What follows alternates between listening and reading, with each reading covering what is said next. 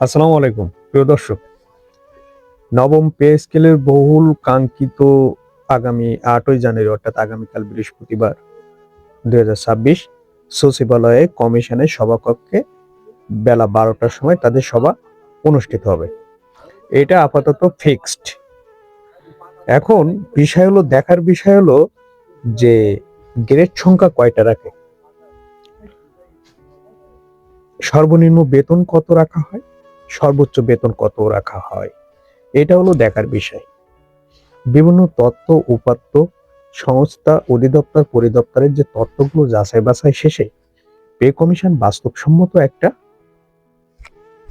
সুপারিশ জমা দিতে চাচ্ছে। আমরা আশা করছি আগামীকাল সর্বশেষ মিটিং এবং সবাই ঐক্যমতে পৌঁছে পে কমিশনের কাছে সুপারিশ জমা দেবেন, অর্থাৎ আগামী সপ্তাহে। এটা আমরা আশা করছি।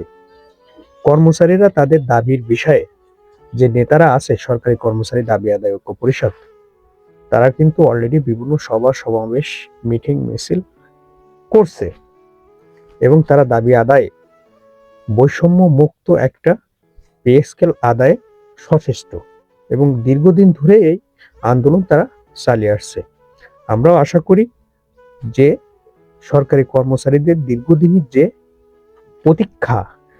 প্রতীক্ষার অবসান হবে এবং একটা বৈষম্য মুক্ত পে স্কেল এই বাংলার জাতি দেখতে পাবে, এটা আমরা আশা করি। তো সেই আশাকে সামনে রেখে আগামীকাল মিটিং এর সিদ্ধান্তগুলো কি হয় সেটা আমরা আলোকপাত করব। আর আমাদের চ্যানেলটি ভালো লাগলে অবশ্যই সাবস্ক্রাইব করবেন। আমরা আশা করছি ভালো কিছু হবে ইনশাআল্লাহ। আসসালামু আলাইকুম।